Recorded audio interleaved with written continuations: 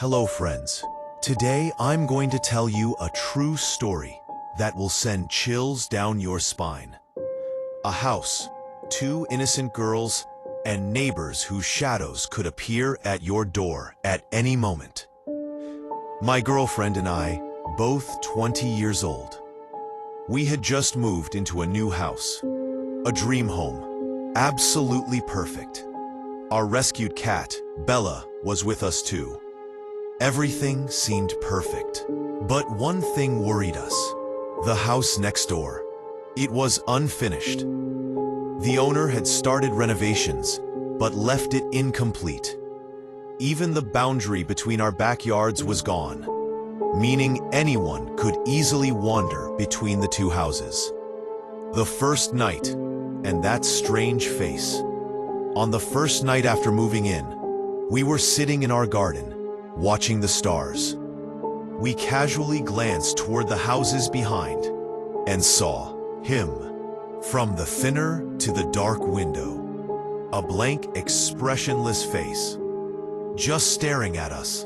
Cautiously, we thought maybe he was a new neighbor, curious and watching. But half an hour passed, and he was still there. Then one night, we were again sitting in the garden, when suddenly the wooden fence shook.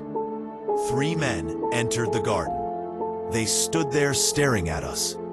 I mustered the courage and asked, "Is everything okay?" The smallest one, probably around 29, was holding a large bag.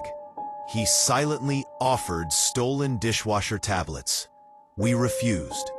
He smiled faintly and said okay, then left. Was that they had entered our garden without asking, as if it was their own home. Gradually, this pattern grew. They began entering our garden repeatedly, just to scare us.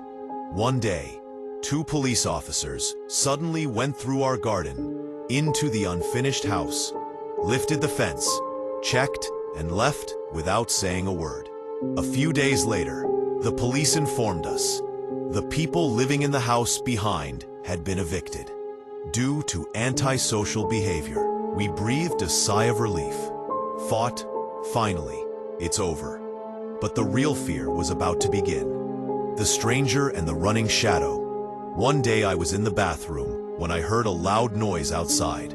I quickly got ready and ran. My girlfriend was recording video from the spare room window on her phone. She whispered, "Shh." Down in the garden, a stranger stood. He pointed toward our bedroom window. And as soon as he saw us, he ran full speed toward our house, twisted the door handle, then ran toward the unfinished house and started banging hard on its windows. We immediately called the police. They watched the video, took statements, and left. We kept wondering, why was he twisting the door handle? What was his intention? A few nights later, we were in bed when a whistling sound came. It was the same whistle used to scare women. Then there was a knock on the window. We checked the cameras. Nothing was recorded. We stayed awake in fear. The next day, when we returned, our Ring doorbell was lying on the ground. The SD card was gone. The police said, removing a camera often signals planned intentions. We were even more scared. In the last part, you saw how the nights grew darker, how strangers entered our property, and how the man in the black mask stood like a cross, arms spread wide, as if mocking us. But what happened next was far more terrifying. 2:52 a.m. The crowbar incident. That night, the Ring camera caught two men, both masked, one holding a crowbar, the other flashing lights into our windows. They didn't try to break in. They didn't speak. They just stood there, like predators waiting for us to make a move. For 5 minutes, they circled the house, and then they disappeared into the abandoned property next door. We called the police. Their response: unless they actually break in, we can't do much. It felt like a game where we were the prey. The footsteps in the garden. 1 week later, it happened again. At exactly 3:15 a.m., we heard it. Crunch, crunch, crunch. Footsteps on the gravel outside. Slow, heavy, deliberate. I grabbed my phone, opened the camera app. But as soon as I looked, the footsteps stopped. Bella, our cat, hissed violently at the door, her fur standing on end. She had never done that before. We checked the camera feed. Nothing. The screen flickered once, then went black for a full minute. When it came back on, the back garden chair was lying on its side. The next morning, we found something. A small cardboard box. No address, no note, just sitting at our front door. We opened it slowly. Inside were 3 things: an old rusted padlock, a roll of black electrical tape, and a Polaroid photo. The photo showed our bedroom window, taken from outside, at night, while we were inside sleeping. That night, we couldn't sleep. We locked every door, closed every curtain. But at 1 a.m., my girlfriend shook me awake. Look, behind the curtain, a silhouette, a tall figure, head tilted, not moving. I pulled the curtain back in one motion, but there was no one, only the faint sound of whistling, fading into the night. The police came again. This time, they didn't laugh. They told us something chilling. The group behind your house. They were evicted for breaking into properties. But we can't locate them anymore. And if someone is leaving packages like this, they're sending a message. It usually means they're planning something bigger. That was the night we realized this wasn't just harassment. It was a hunt, and the hunters were closing in. Friends, imagine waking up to find a photograph of your own bedroom window, taken while you were asleep. What would you do? Would you stay, or would you run?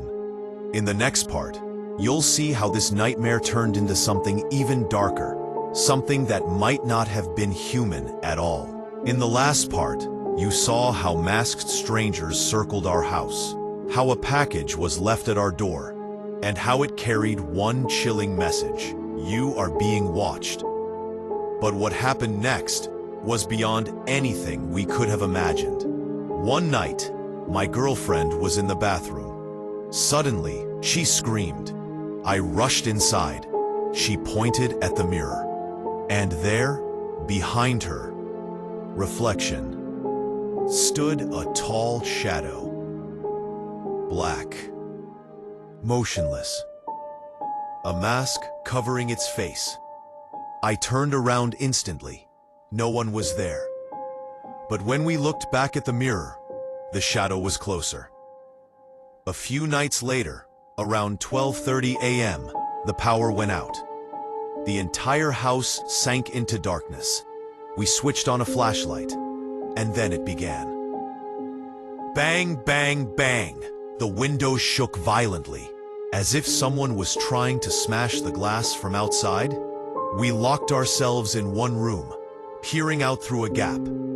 4 masked figures, walking around the house, leaning into the windows, twisting the door handles. But the most terrifying part? Their bodies cast no shadows on the ground. The next morning, I checked the CCTV footage. The video kept glitching. In one frame, we were both asleep. But behind us stood a third figure.